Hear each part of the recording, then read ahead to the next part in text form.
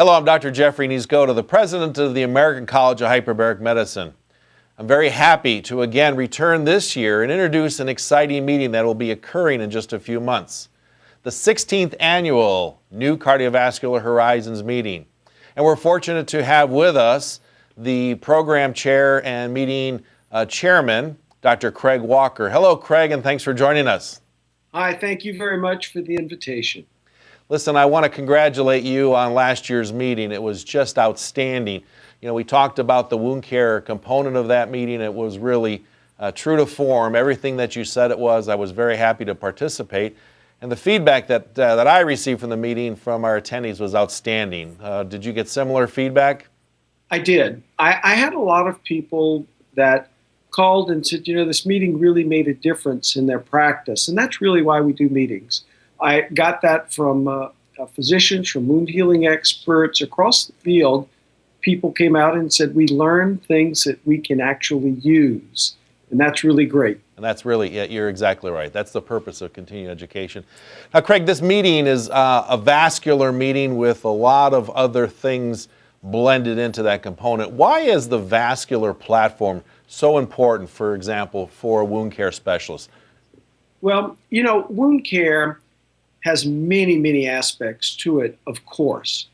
But blood flow is essential. If we have no blood flow, we can sure do a lot of other things and just not end up with a great result. So we clearly have to make sure people understand that. But for the vascular experts, we also have to make sure they understand that wound healing is more than just getting blood supply.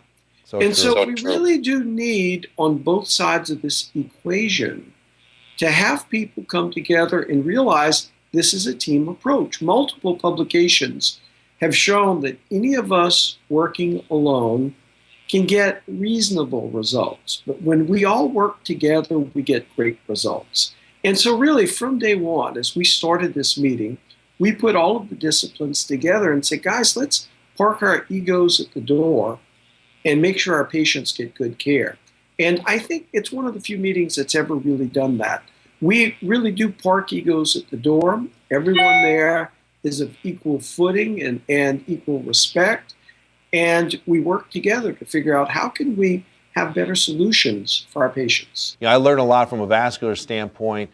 Certainly, it's a rich meeting from a wound care standpoint. What's new and exciting this year? I understand you have a new program chairman for the wound care track. We do. And Dr. Tercey is a great wound healing person.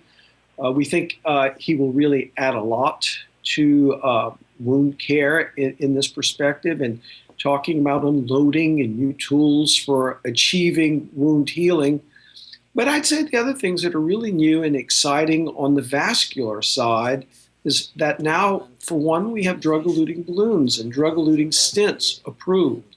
Now, whereas those are right now just for the superficial femoral artery, and therefore many people would say are really just for claudicants and not wound healing, as you know, that's not totally true.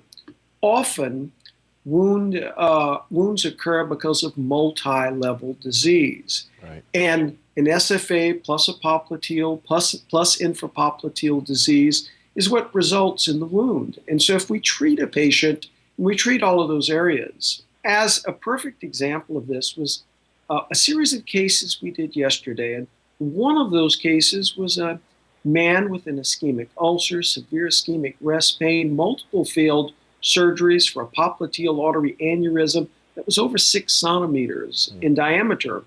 Could not be crossed from above, but we were able to perform a pedal stick as well as the stick from above, ultimately cross. And imagine how difficult that is in a popliteal aneurysm this big that's thrombosed. But we were able to connect the dots, dilate, put a covered stent, and this man ended up with an ankle brachial index of greater than 1. And completely normal skin perfusion pressure.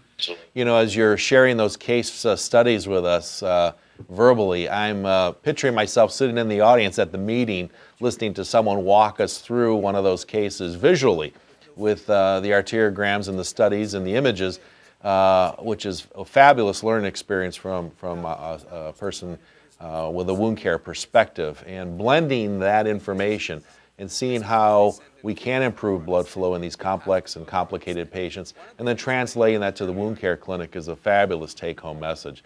So I would invite all of our listeners, regardless of whether you're a vascular specialist or if you're living in the wound care clinic on a day-to-day basis, New Cardiovascular Horizons can provide you with an educational opportunity that clearly will complement all clinical skill sets. And Greg, I just wanted to once again remind our viewers that we will be again offering certification exams in hyperbaric and wound care at your meeting through the American Board of Wound Healing. We're very happy to do that again this year. So we appreciate the opportunity to have you allow us to host those exams. So again, thank you so much. I'm looking forward to seeing you in New Orleans. Any closing remarks for our viewers? Yes, we appreciate working with you. This is crucial to achieve the goals we want for our patients.